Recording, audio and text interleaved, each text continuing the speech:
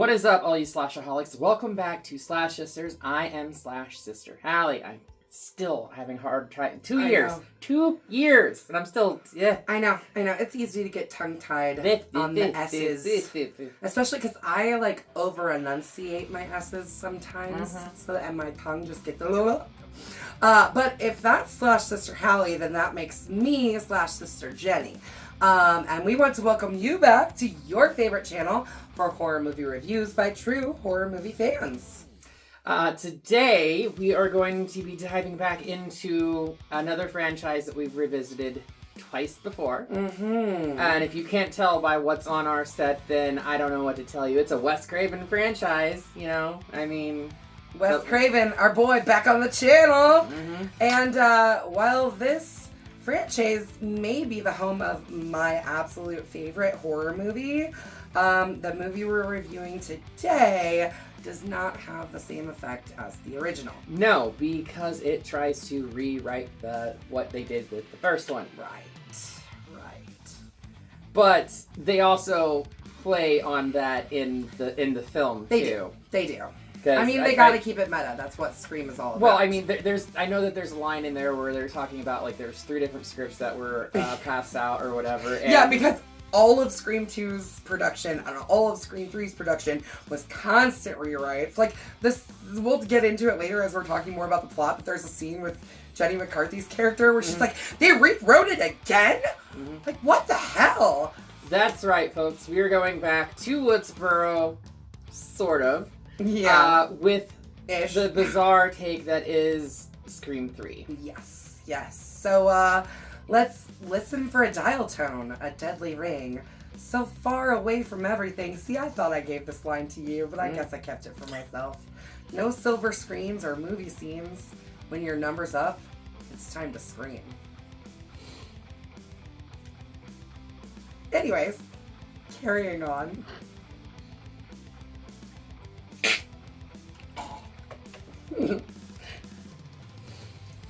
We start the movie with our old friend Cotton Weary with a very weird, it's almost it starts off like a police chase with the helicopter around the Hollywood sign. Yeah, it's very weird. And then it cuts to Cotton in his car on the phone talking about making a fucking cameo in Stab 3. Yeah. Which, okay, while we're on that, just real fast. Scream 2, Stab 1. Yes. Scream 3, Stab 3. Yes. So, apparently we're led to believe that in this short amount of time, because Scream 1 came out in 96, Scream 2 came out in 97, and this was 2000. So this was 2000. So in 3 years, well... but... It can happen. Anyway, Cotton has got a very successful talk show called 100% Cotton. Honestly, that's a great fucking name. It's a great name for a show. It's not often that you hear of a person named Cotton. Right. But if they're going to be famous and have a TV show, right, you can't go any better than 100% you can't get better than that. So while in LA traffic, he is called by our new Ghostface, who demands to know the whereabouts of our Sidney Prescott. First, he's called by a female fan. Right. A female fan. When Cotton refuses to cooperate, saying he doesn't know where she is, Ghostface breaks into his home and attacks his girlfriend, Christine. I'm right outside her bathroom door. Yeah. Sorry. If you guys know Bad Lip Reading at all, it's from an episode of Bad Lip Reading on YouTube. Nice. From The Walking Dead years ago. My neck. See, I coughed. Christine! I'm gonna have to look that up. Yeah. So Ghostface now uses a voice changer to change his voice into Cotton's voice. 2000 voice change. Yeah, so let's just talk about the voice changer in general. Honestly, the voice changer couldn't change your voice to sound like somebody else, Roger L. fucking Jackson. Yeah, it never worked. There was this voice changer thing in all of the movies. Would never have been able to change your voice to sound like Roger Jackson. It just this is what's available to the mass public right here. I think there's still batteries in this. Yeah, there is. I mean, besides the point, now we are here in 2024, and I'm sure some of you are screaming at your screens going, but with AI you can. Yeah. With AI, you really can change your voice to sound however you want it to sound. But that doesn't mean that it can happen in real time. That doesn't mean that you don't have to have a computer in front of you to be able to do those things. You can't be Ghostface chasing around people. It doesn't happen in a little voice change modulator like that. It just doesn't.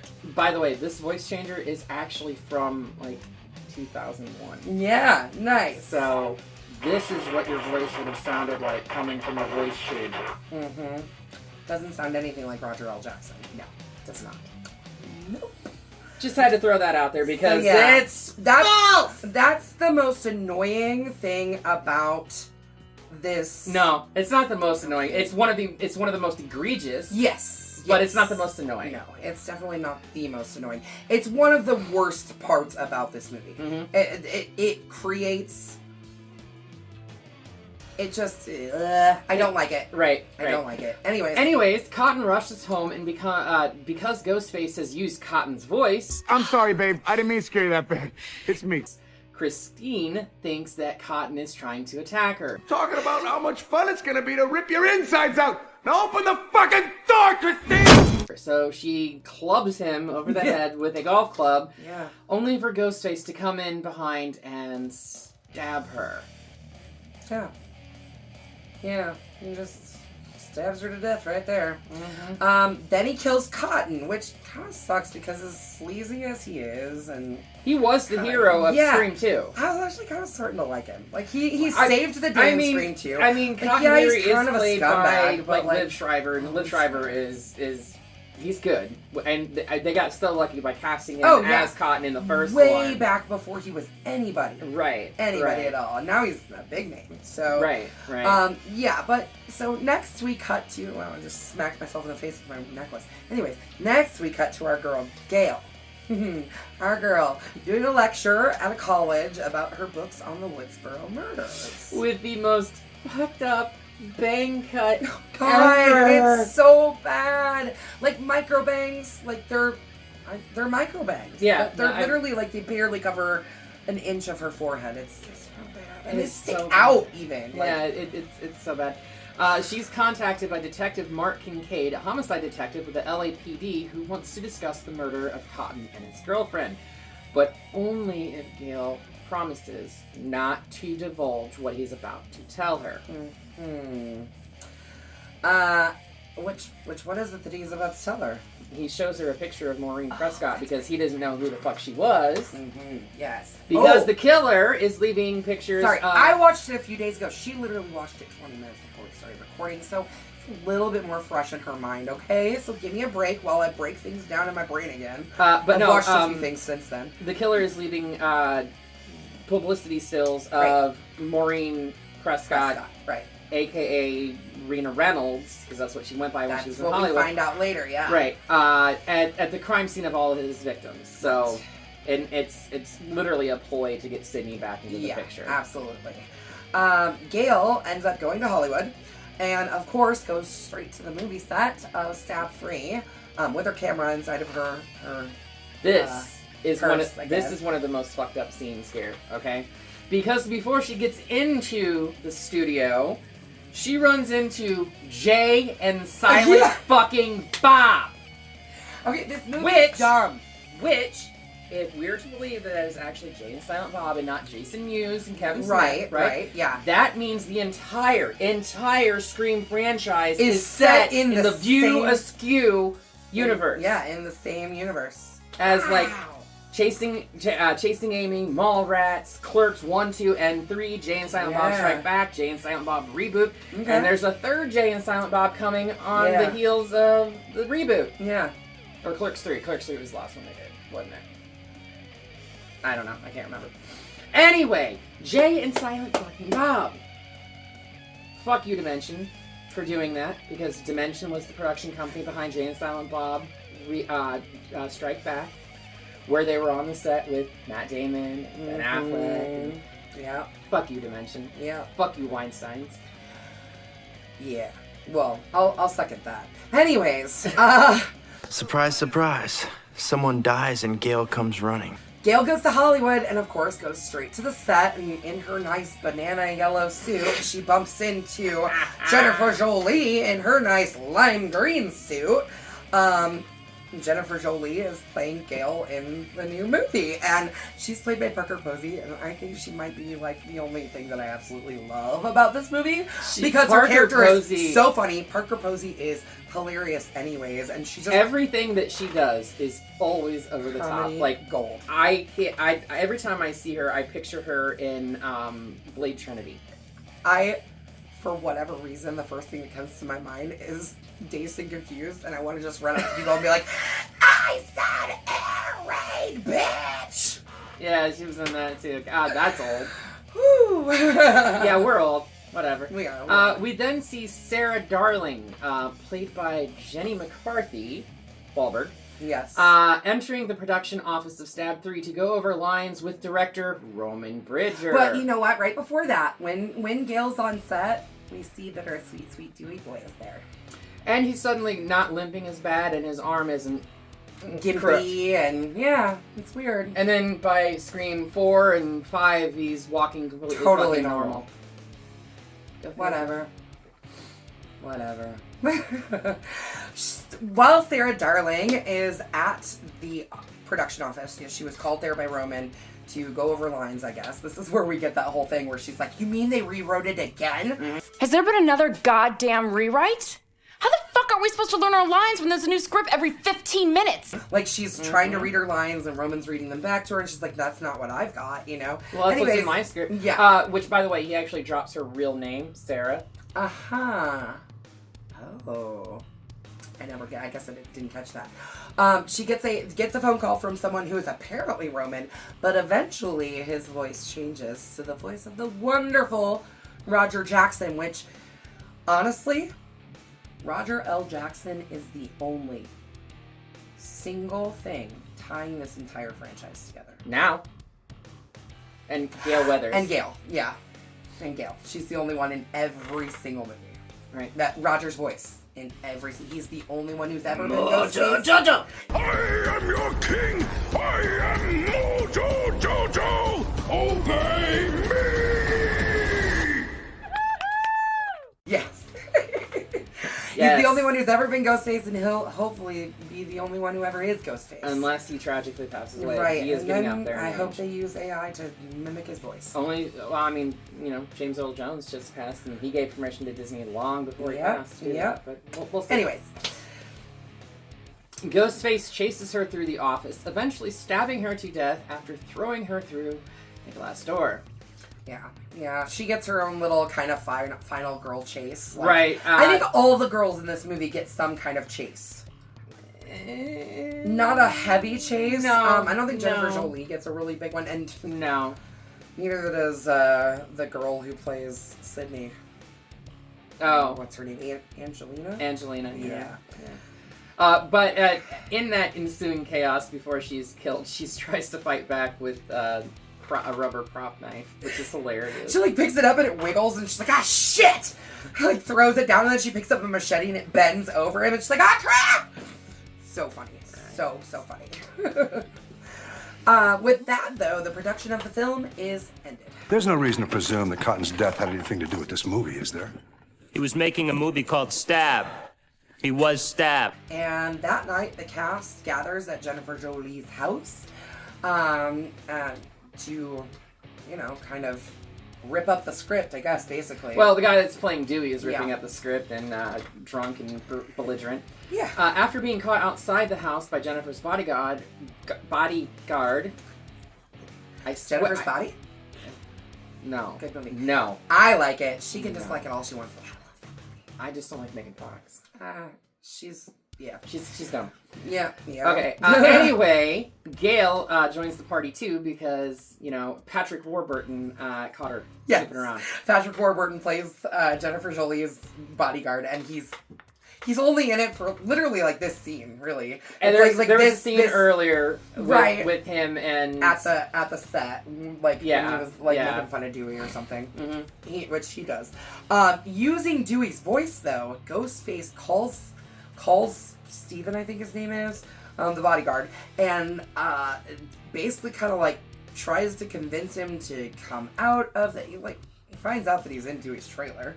But yeah, so he stabs him to death in Dewey's trailer. Stabs him, but not quite to death because they do see him. They do have a little bit of a struggle, and he smashes the knife in harder with the shovel or something. Well, and then he does. He gets up and walks. He stumbles to the house. front door of Jennifer Jolie. Yeah. So then they start. This shit gets bonkers, you guys. I'm sorry. They start receiving faxes from Ghostface. Which is supposed to be new script pages, and I don't know, this whole scene's a fucking mess, and just like most of the whole fucking movie, but either way, they all end up outside. But then Tom goes back in because he has to know how it ends, and it says something like he'll give grace to whoever smells the gas first. As he strikes a lighter. Yeah, lighting a lighter and blows the whole fucking house up. Which is not probable. Because apparently the whole house was filled with gas without anybody smelling it. Whole house is filled with gas without anybody smelling it. With the patio doors being open. This movie's fucking dumb! It's Hollywood. It literally is Hollywood. So Sidney, who has been living in isolation, we kind of see her a little bit earlier in the movie, but it's right. What is up with Sidney having these hallucinations today? I don't know. Is this like the precursor to the Billy Loomis? I thought about that when I was watching it. Because I'll be honest, I haven't watched Scream 3 in a while. Since the new me either. Stupid Screams. Yeah.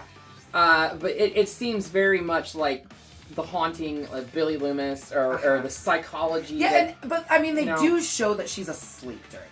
So not in every scene though. True. It's only the initial scene that she's asleep. She's sleeping, and then she does actually see visions of her mom later when she's on set. That's fucking dumb, guys. It's dumb. It's dumb. Anyway, Sidney is living in isolation somewhere in California, working for a crisis hotline. She starts having nightmares about her mom. Which it's just one nightmare, but yeah, whatever. But it's done in such a dumb way and cheesy way, it's hard to take it seriously. It really is. And it makes me wonder if...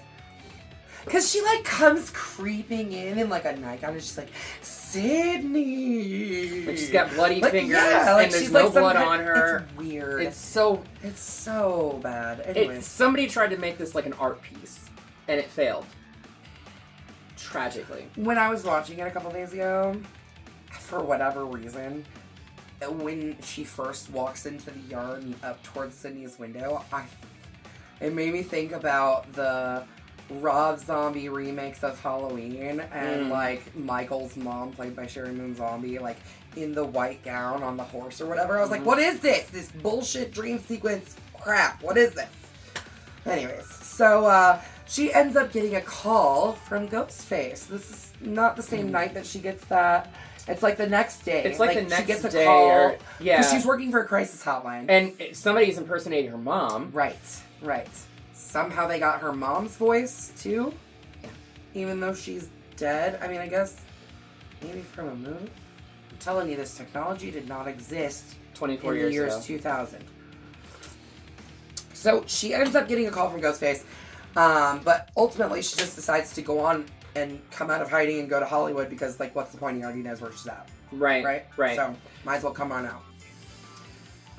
Once Sid is in Hollywood and catches up and reunites with everyone, she goes to the set of Stab 3, where we meet Martha Meeks, Randy's sister. Did you see it?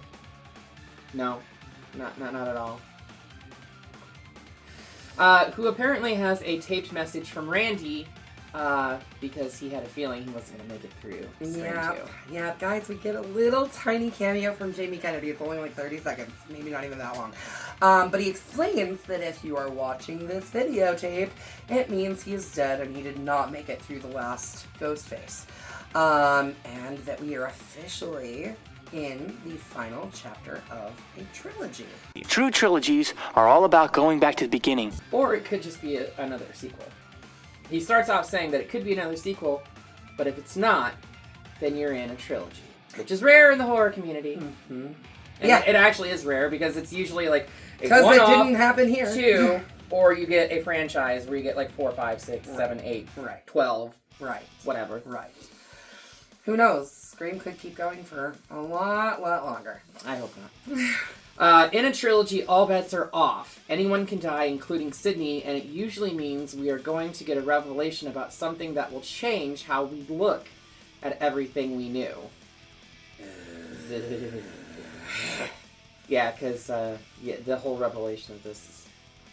And I'll be honest, I knew who the killer was with about 40 minutes left of this film. And it pissed me off. Mm-hmm. It pissed me off because I was like, well, that's the killer. Yep. Well, Sidney is wandering the set, which is set up to look just like Woodsboro. Because, like we said, Stab 1 is supposed to be based on the first movie, and Stab 2, I assume, would have been based on Scream 2. Scream 2. And then Stab 3, I think they're just making shit up. Because it says Return to Woodsboro. Like I said, I think they're just making shit up. Which is Scream 4. It is. Ah! It is. Ah! It is. You're right. But in Scream 4, we have, like, what, Stab 7 and 8? Or whatever, 6, we're 7, way 8. up there by 4. Yeah. But anyways, one of the rooms in her house is set up to look like the day that her mother was murdered. So it's set up for the murder of her mom. And here we get another sequence of her hallucinating. Yeah. Daydreaming. Yeah. Give mommy a kiss and we'll make up. It's very unclear as to what's going on here, but she's basically... But she does end up getting attacked by Ghostface. No, she does, but at first we assume, I guess, maybe if she was hallucinating, maybe it wasn't actually Ghostface there. I mean, it could have been, so, because this is Hollywood, it could have been Ghostface underneath the sheet. Right. The corner sheet or whatever, and just using sound around the studio to mimic the voice of Maureen or whatever. Or his voice. Either way, it's apparently fucking dumb. This unworking voice changer. Anyways, in typical Sid fashion, though, she gets away from him by, like, falling out of a window or something. From there out, she's basically forced to stay at the police station until the third act. Yeah, pretty much. Dewey, Gale, Jennifer, and the remaining cast, including Angelina and Tyson, go out to... They're not at Roman's house. They're at John Milton's. Right, at the John producer's Milton's house. Right, the producer. Who John Milton is played by Lance fucking Henriksen, and I forgot all about that. Yep. You will notice, in all of the attacks so far, there's been a picture of Rena Reynolds, right? And so, like, at some point, Gale and Jennifer, go to... the archives. Yes, the archives. And meet... Hang on. Bianca Bernadette. Yeah, I was going to say Bianca something. I couldn't remember what the last Bianca name was. Bernadette, who is actually fucking Carrie Fisher, and we as the audience know that it's somebody that looks like Carrie Fisher. But you look just... Like her? I was up for Princess Leia. I was this close. So who gets it? The one who sleeps with George Lucas. So funny. And honestly, there is a lot... I will say this for this movie. There was a lot of inside, not jokes, but talk about parties that happened in Hollywood, people that slept their way to the top. There was a lot of talk about that long before the Me Too movement started. Long before people the started getting called out. Weinstein and Bob Weinstein incidents with the Me Too movement. Who produced this? Go figure. They were making jokes about the people that actually made the movie. Anyways, so they go to Milton's house for a party for Roman for his birthday. Right. Yeah. There's a psycho killer on the loose, and you want to go traipsing around this gigantic mansion? Have you ever actually seen the Stab movies? Every time this dude enters a room, he ends up a goddamn shish kebab. Roman's the director. John Milton is the producer who produced 3 films that starred Rena Reynolds years ago. The only 3 films she ever did, because she fucked her way to the top. Well, did she fuck her way to the top, or did she just fuck her way away until she got pregnant? With Anyways. Right, yeah, okay. We're getting after Gale discovers Roman's body in the basement... wait, we didn't see him die. She checks his fucking pulse, too. Right, which, I mean, to be fair, she is a reporter. Checks his fucking pulse, though. But, to be fair, if you don't know exactly where to push on somebody's wrist, you're not going to find a pulse in somebody. True. But then why fucking check if you don't know where to look? Because she's a fucking idiot! Anyways, she checks his pulse. Yep. And determines that, yeah, he's dead, but we never saw him get killed. And what do we know from people that we don't see killed in slashers? They ain't actually dead. They ain't actually dead. They ain't never dead. And then, right after Ghostface attacks the group. And, well, sort of. Yeah, I mean, kind of a little bit at a time. He kind of kills Angelina after she runs off saying, like, I did not fuck that pig Milton to get a leading role just to die here with second-rate celebrities like you two! yeah, okay, Angelina. He then gets Jennifer from behind some creepy two-way mirrors in John Milton's, like, closet. Yeah, that, like, looks into his bedroom. Ugh! Yeah. Stabbing her to death, and whilst Doobie's trying to, like, shoot out the glass. Like, he could see, like, he couldn't hear her, but he could see the glass moving. And, yeah, he starts shooting out the glass, and she just barely falls and whatever. Yeah. And Tyson, before throwing him off a balcony, which... Yeah, he stabs him up a couple times, and then... I'm still convinced that Tyson might have survived that. I mean... Maybe. I mean, he got stabbed once and thrown off a balcony. I mean, Dewey's been through way worse. I mean, well, just, bear with me here. Hayden Panettiere, Scream 4. Yeah, yeah. So Tyson could have survived. Yeah, I'm not convinced that he's dead. For sure. The killer then orders Sidney to the mansion. He calls her up on the phone at the police station. And he's like, hey, I got Dewey and Gale. Guess you better come save them. Which is just, I mean, okay. Yep, I guess I would go too. That's one way to get me to come. If they called me, if Ghostface called me up and was like, yo, I got Hallie and Amy, I'd be like, ah, fuck. Guess I'm coming. Coming to get you guys. How'd you get in this predicament? Anyways. Ghostface, she arrives at Milton's house, and then Ghostface lures her inside to where Gale and Dewey are bound and gagged and tied to the chairs. He does make her wand herself with a metal detector. That's true, because she did bring a gun with her. Two. Yeah. But they only knew of one. Because she's a smart bitch. Not only did she bring 2 guns, she also wore body armor. Yeah, she did. As Sidney is freeing them, Ghostface appears. Sidney uses a second hidden gun to fend him off, shooting him a bunch of times in the chest. Yeah. But he's gone. Kincaid shows up and is knocked unconscious by Ghostface. Go figure. He needed a whole lot of help, that police officer is. What do you expect from Patrick Dempsey? Oh, so, like, dreamy? Dr. Dreamy. Yeah. Or whatever. Yeah, Grey's Anatomy, I believe. Yeah, we don't watch that shit, No, obviously. We don't. I got too much horror to watch. Anyways. True. If you could just pan the camera over and see all the films over here, you'd understand what we're going through. And there's just more and more added every single day. As Amy's back there shaking her head. No more. If you guys could see my basement, seriously, it's like I have movies all over the place. Yeah, my basement's pretty crazy too. It's getting more and more crazy by the day. Yeah.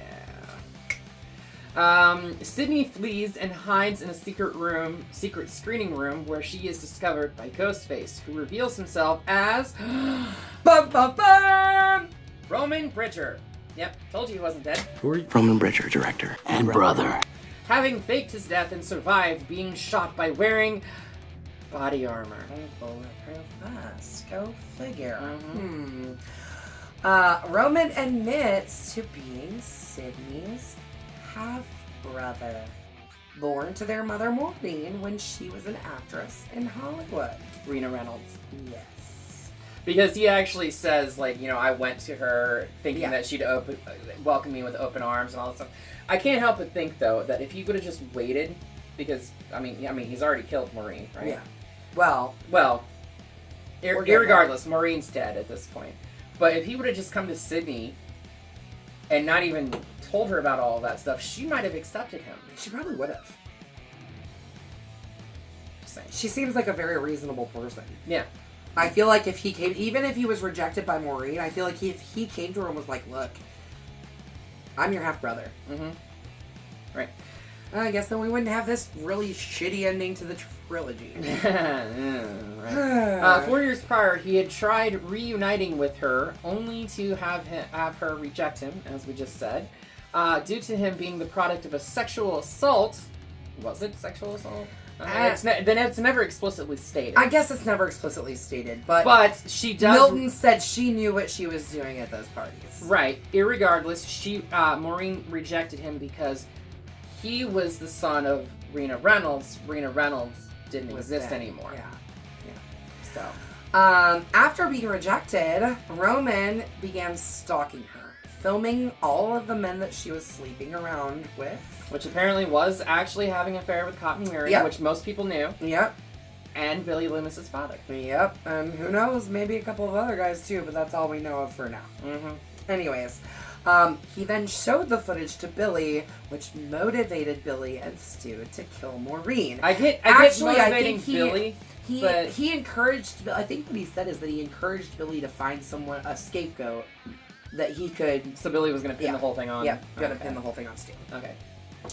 Yeah. Which means it was him that orchestrated everything in this trilogy so far. What? Wait, what? What? Huh? What? This whole revelation made me so fucking mad. You retconned the entire series for a piece of shit like Roman Bridger. And mind you, this is the only one that features one. Yeah. Ghostface. Mm-hmm. Only one. Yep. When he found out how much fame Sidney got and had attracted due to those events, Roman became angry and snapped and lured Sidney out of hiding, planning to kill her and frame her for the murders.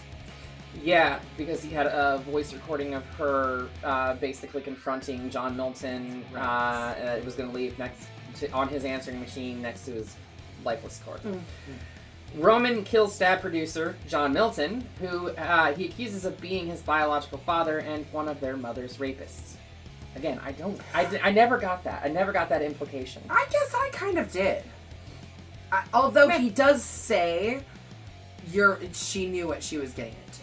I mean... Which, that doesn't excuse it. That does not excuse it. I mean... if she was indeed raped, and it wasn't just, a party where she had sex with a bunch of people, at her own, by her own choice. Well, I mean... I also think that, there was likely drugs involved, and... Oh, yeah, definitely. And when drugs are involved, consent, it cannot be had. No. Yeah, I still think it was a sexual assault. That's my personal But to be fair, John Milton did kind of treat him like a son. By the way, he was coddling him after the cancellation of the film. Look, it's not the end of the world. You'll find other things. There are a list of people in Hollywood with crimes in their background. He's like, whoa, I've never been committed a crime. I was just accused. Yeah.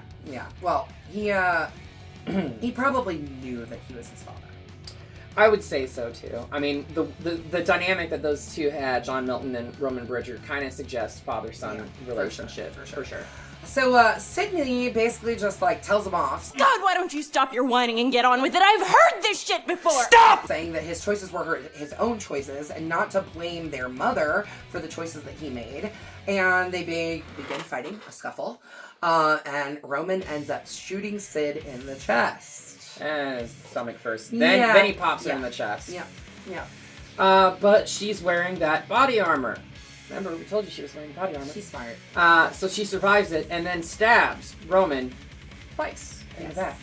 Yep. And I gotta admit, this next scene where he's like, well, at least I got to make my movie. And she's like, stab 3, right? And then she stabs him in the chest with an ice pick. So literally stabbed 3 times. Yeah. I thought that was kind of a fun play on that. It was for sure. So then Dewey and Gale, who have freed themselves, show up just in time for Roman to jump back up because the killer never dies. That's the rule in Scream. Or at least doesn't die on the first try. Right. But he jumps back up and Dewey's... Dewey unloads... Dewdrop, I love you so much. He just unloads his entire freaking gun on him. 10 fucking shots. I counted because I was like, let it be 6. Gonna run out. Let it be 6. Right, let it be 6. Please let it be 6. I shot him 6 times!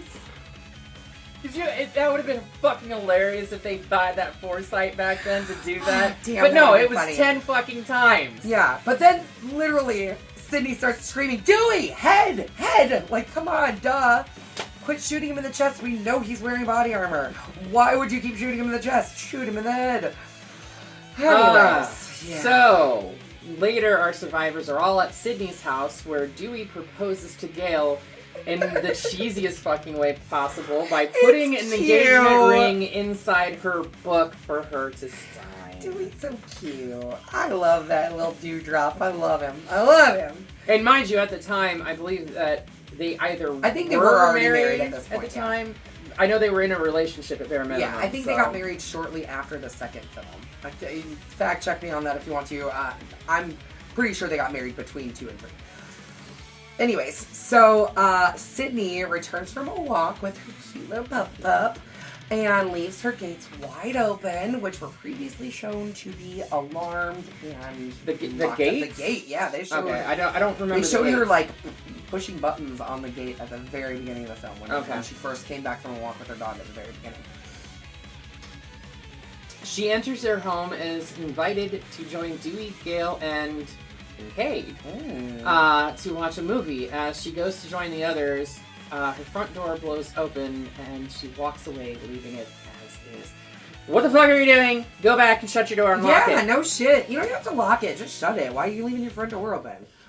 Bugs are gonna come in, leaves, dirt, animals, anything. Right. You live out in the woods. Come on, girl. What are you doing? Right. Anyways. And that, I think originally was supposed to be the end of the trilogy. No, it was definitely supposed to be the end. Supposed to be. But you know every how Hollywood franchise, is. It's always supposed to be the end. Right. It's the final Friday. It's the last chapter. But they always come back. They always come back, you guys. Yes, because production companies want to milk that teat for everything it's worth. Money. Yeah. Hallie, what are your thoughts on this movie? I dislike this one. Yeah, it's a bloody machete down for me too. Yeah, 2 straight down. I love this franchise. And this movie actually does have some merits. It does. It's actually really funny. There's some pretty funny lines in it. There's a lot of meta humor in this one. For sure. Specifically with it being set and taking place within the industry itself. Yeah, absolutely. You know? There's something that we did not talk about, and that is when Gale first ends up down at the end of the stairs, when Ghostface pushes her down the stairs, and Ghostface steps back up and he throws his knife at Dewey and hits him in the forehead with the butt of the knife. And Dewey falls down the stairs. It's just this whole fucking thing. This movie's dumb. It's bad. It's not good. I hate that they retcon the original movie. Well, they don't retcon the original movie, but they retcon the reasoning behind the motive of the killing. Right. Billy and Stu are still the original killers, but it was orchestrated by Roman. I hate it. I hate it. Yep, 2 bloody machetes straight down for Scream 3, and we're going to send this right back to Woodsboro. I'm going to get it over the light this time. Get it the fuck out of here. Yeah! Well, Don't throw the VHS, it might bust into pieces. Well, last week I destroyed part of the set throwing it, so I was did? No, we gotta clear it this time. What do you want to do next? Oh, I don't know. I think we should do something brutal and disgusting and full of lots of blood and gore. What do you think? Oh, so an Evil Dead movie? We've done all of them. We have done all of them. We could do something that has a Raimi boy in it. Oh. Okay, well, how about we go back to the world of Clive Barker and examine Midnight Meat Train, which was originally supposed to be the sequel for Candyman 2. Originally. We'll get into that next week. Yes, so make sure you come back next week where we will be... Oh, wait, no, not next week. Next Wednesday. Oh. And we'll tell you why it's next Wednesday. But come back next Wednesday after you've watched this, and we will give you our thoughts on this. Yes. The Midnight Meat Train. Make sure you watch it first, because I'm sure there's quite a few people who haven't seen this movie. You may have heard of it and not seen it. Right. It took me a long time. I think I watched it for the first time just within the last couple of years. And I love Clive Barker, so... I watched this shortly after it came out, because I saw the trailers, and I was like, this is going to be visceral and disturbing, and I love it. Yeah. So I've actually been a fan of this for probably about 15 years. Yeah, I've only known of it for just the last few years. So I had heard of it, but I didn't know what the fuck it meant. Right. Until then, be sure to slash that subscribe button. And stab the like button. And ring that gray bell so you don't get lost in the mix and can stay up to date on everything we are doing on the Tube of You. And until next time, we will see you all in the afterlife.